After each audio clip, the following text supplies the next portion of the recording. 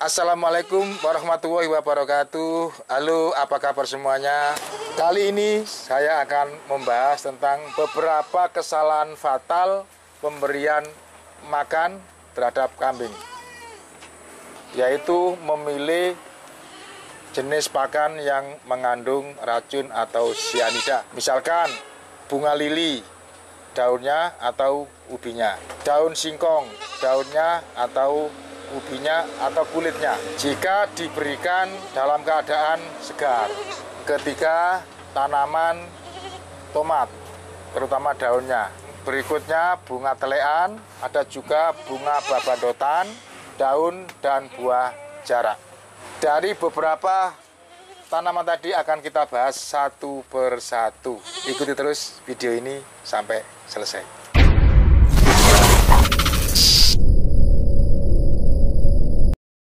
Kesatu, tanaman bunga bakung atau bunga lili. Bentuk daunnya panjang-panjang begitu, bunganya putih. Lah itu kalau ubi dan daunnya diberikan kepada kambing, kambing akan terkena racun. Adapun kandungan dari ubi bakung atau bunga lili itu adalah mengandung sianida, glikosida atau alkaloid, pokok racun yang berakibat pada jantung dan sistem saraf kambing.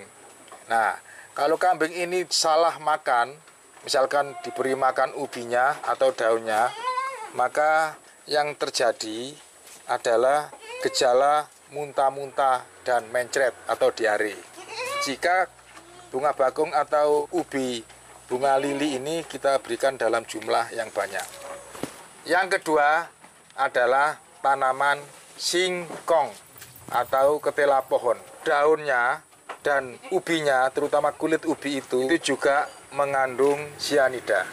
Kalau kita berikan dalam keadaan segar, maka pemberiannya boleh dilakukan. Racunnya bisa berkurang atau sama sekali hilang sianidanya jika daun singkong ini kita berikan dalam keadaan layu atau kita jemur dulu. Kemudian biasanya singkong itu ubinya dikupas kulitnya. Lah kulitnya ini jangan diberikan langsung dalam keadaan segar. Harus dijemur dulu atau lebih bagus dikeringkan. Yang ketiga adalah daun jarak dan buahnya. Tanaman jarak, tanaman perdu, bentuknya seperti ini. Ada dua macam jarak, ada yang jarak buahnya seperti rambutan. Buah jarak dan daun jarak itu kalau bisa dihindari. Kalau Anda mencari pakan di kebun atau di sawah atau di hutan, kalau ketemu pohon seperti ini atau daunnya yang seperti ini, tolong untuk tidak dibungut. Karena jarak dan buahnya ini mengandung toksalbumin atau yang disebut risin. Jika kambing kita terpaksa makan ini dalam jumlah banyak, itu akan terjadi gejala-gejala yang bisa kita lihat, yaitu kejang-kejang. Nah ini kalau dalam kondisi yang berat akan menyebabkan kematian. Yang berikutnya adalah kacang tanah, daun maupun kulit dari biji kacang tanah itu.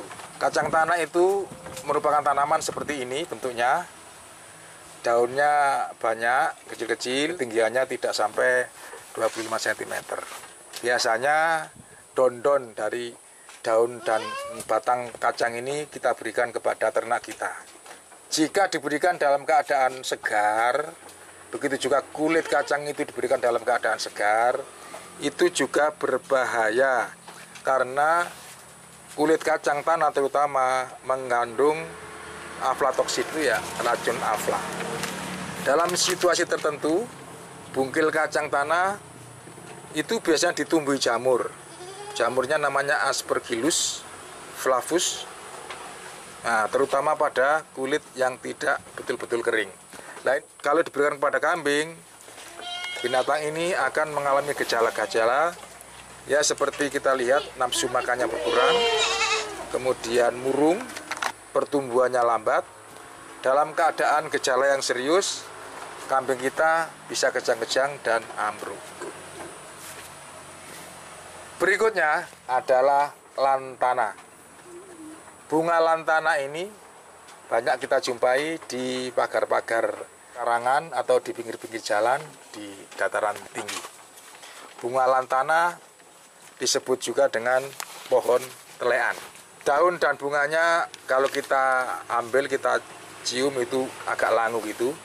Jika kambing kita kasih makan daun lantana, akan mengalami kehilangan nafsu makan, bisa juga kena diare, dia gelisah, dalam taraf yang lebih parah akan ambruk dan mati jika ini diberikan dalam jumlah banyak. Berikutnya adalah rumput babandotan. Rumput babandotan itu juga banyak dijumpai di pinggir-pinggir di kebun-kebun. Biasanya itu tingginya tidak lebih dari 25 cm.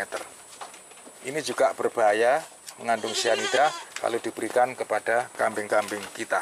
Daun babandotan mengandung likopsamin, ecinatin, dan bersifat toksin juga, artinya mengandung racun. Jika diberikan kepada kambing, yang diserang adalah hati dan menyebabkan kambing mati.